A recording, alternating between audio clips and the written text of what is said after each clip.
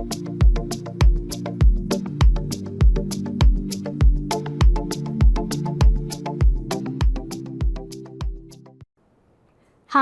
and welcome to the basic navigation tutorial video for SchoolTool. In this tutorial, I'll be showing you how to navigate throughout SchoolTool, how to set your preferences, and we'll look at a student record. Before we begin, it's important to note that you should not use your internet's browser's back button or double-click in SchoolTool. This can cause an error message to appear and force you to have to re-log into SchoolTool. After logging into your SchoolTool account, you'll be brought to your My Home screen. The My Home screen will have a welcome message that'll show you your name, the date, and cycle day information for the buildings that you have access to. At the top of your screen, you're going to see the school year. We have a quick search feature. The quick search feature allows you to search for active students. If you're in a particular module, say attendance, and you use the quick search feature, it'll do your search based off that module. If you're in a module such as maintenance, which doesn't have a search feature, it'll take you back to the My Home search. The menu bar here allows you to go into slim mode for your modules. By clicking it, it'll collapse it down and put it into slim mode. Or you can have it open. I do recommend that during training and first learning SchoolTool, you keep this feature open. When you log in, you will also see your district name, and there could possibly be a message listed below. This is where you can change your font size of SchoolTool. You can make it smaller or larger. The choice is up to you. Next, I'm going to show you how to set up your preferences. You'll find your preferences under the Home module under Preferences. This is where you can set up your default building and your default school year. I'm going to set my default school year to 22-23. I'm going to leave my default buildings to all, and then I'm going to save. As you can see, the school year at the top has changed. You can change your preferences at any time. Now let's discuss the modules that are found in SchoolTool. You may not see all the modules that I have because SchoolTool is permission-based. So if you don't see one, it just means you don't have permission to access or view that module. The first module is Home. All of these are submodules. Then we have Attendance, Census, Counseling, Discipline, Faculty, Medical, Scheduling, Transportation, Maintenance, and last, Help. It's important to note that the Help module is also permission-based, so if you don't have access to the information, it's because you don't have permission for that. Now we're going to go up to the Census module. The Census module is unique in that it allows you to search for both active, non-active, and students and residents. You can determine your search by either both resident or student, and there's certain search fields. You can do all, just the name, address, or phone number. It's important to know that when you're searching for a student, any name that you put in that's associated with that student will appear. So for example, let's say you're looking for a student by the name Michael, but on your search results, you see a Scott. That's because one of his contacts probably has the name Michael associated with it. There are two ways to do a search. There's our basic search and our advanced search. The advanced search allows you to pick certain criteria to narrow your search down. This is also permission-based, so you may not have as many options as I do. I'm going to go back to the basic search. When searching for a student, SchoolTool has a unique feature called wildcards. Wildcards are either the % or the asterisk. This allows you to spell a student's name. If you don't know how to correctly spell it, you can fill it in with a wildcard and it will replace it with all the information. So for example, I'm going to look up the student Ken, but maybe I don't know what the middle initial is, so I'm going to use a wildcard and then fill it in. As you can see, I have quite a few results. I'm going to go back, and this time I'm going to search for a particular student name, Ken Hurt.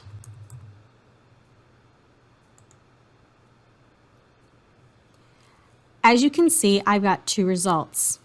The reason why Kenya came up is because Ken is found in Kenya's name. If there's only one search result that comes up, it'll take you directly to that student's record. Let's go check out Ken's student record. I'll do this by clicking on this blue arrow.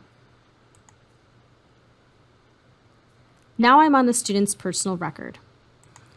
For this part of the tutorial, I am going to close down my modules, and I'm also going to click on this up arrow to give me a little bit more space to work with. As you can see on the student record, we can get a lot of information. We can see the student's name, their photo, if one has been uploaded, icons, which we'll discuss in just a few moments. You'll also see their personal information such as first name, middle, last, their gender, date of birth, languages, email. You can even click on this email icon to send the student an email. I'm not going to do that at this point, so I'm just going to click the back arrow to go back.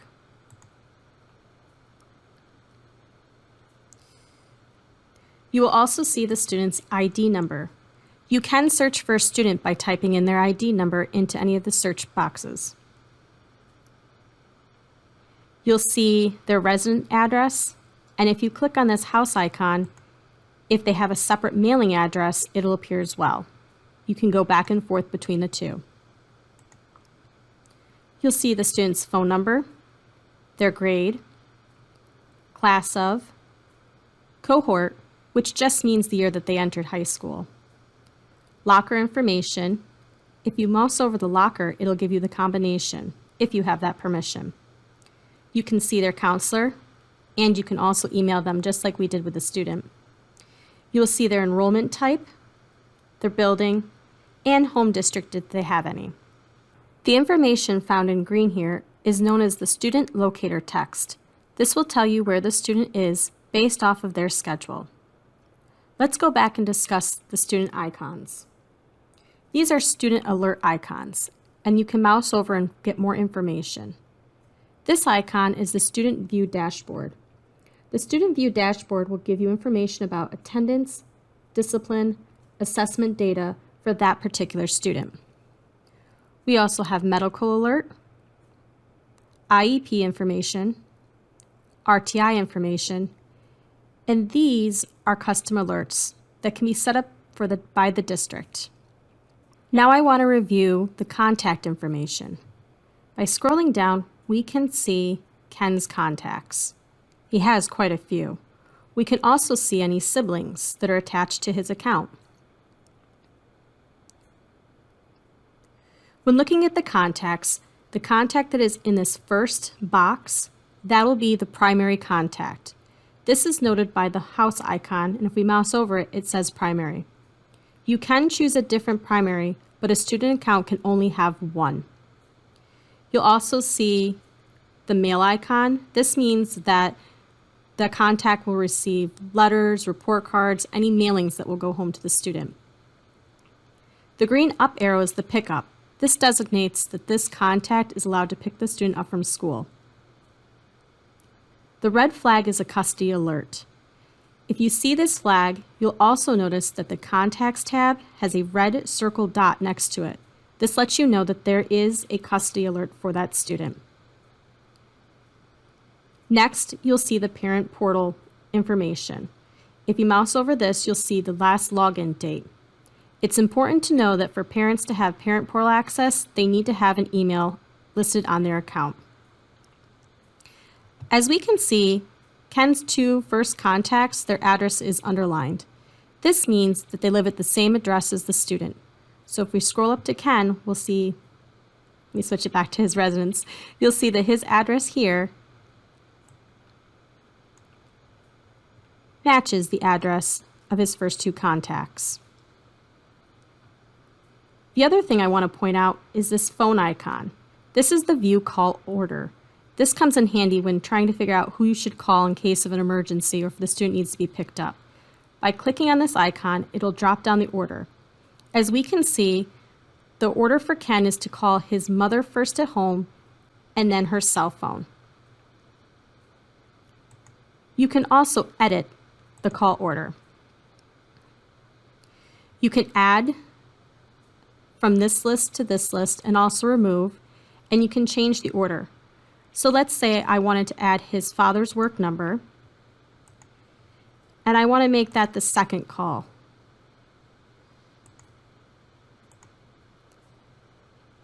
Remember to save.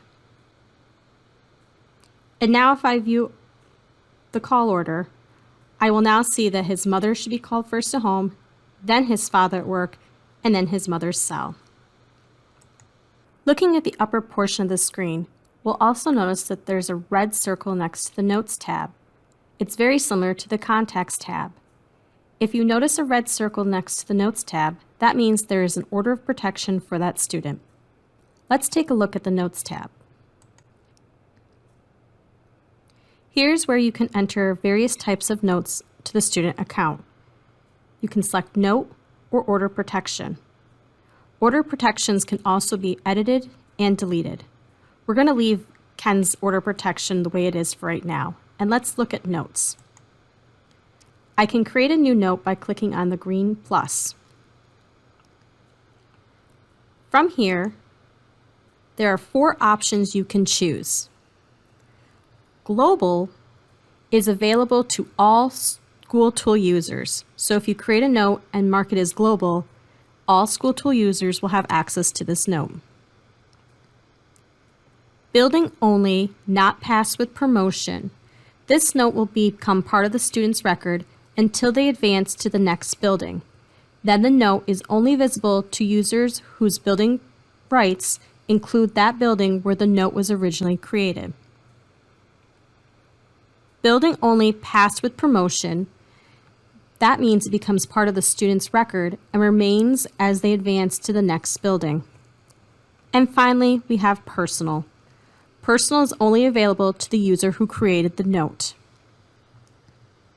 When creating notes, you can also include to upload an attachment and choose a file. You can also do spell check, and it's important to remember to save and update. I'm going to cancel out of this for right now. Let's go back to the Contacts tab. You might have seen throughout this tutorial that you'll see this icon called Help. This is a very helpful and useful feature. By clicking on the Help, it will pull up a window that will give you specific information to the window that you are looking at. This sometimes will also include pictures and related topics that you can click on. You can get rid of this by closing on the X.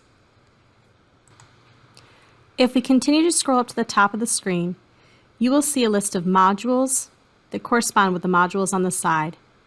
You may not have access to these because, again, they're permission-based. It's also important to know that if you click on a module and scroll down, you'll see different submodules. So, for example, by clicking on the Scheduling module under the student's record, if you have permission, you can view the student's attendance. You can also view their schedule.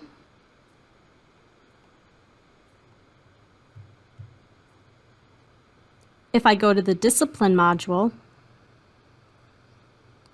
I'll be able to see if there's any discipline records on the student.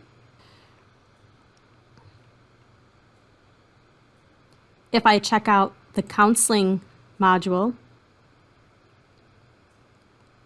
this will allow me to see Ken's course selections. And as you can see, we can see it for both Semester 1 and Semester 2. Again, this is all permission-based, so you may not see all the available options that I have on my screen. This concludes the basic navigation tutorial video. You can always check on our SC RIC website under SchoolTool for more help and information, including documents and other videos. Thanks for watching and have a great day.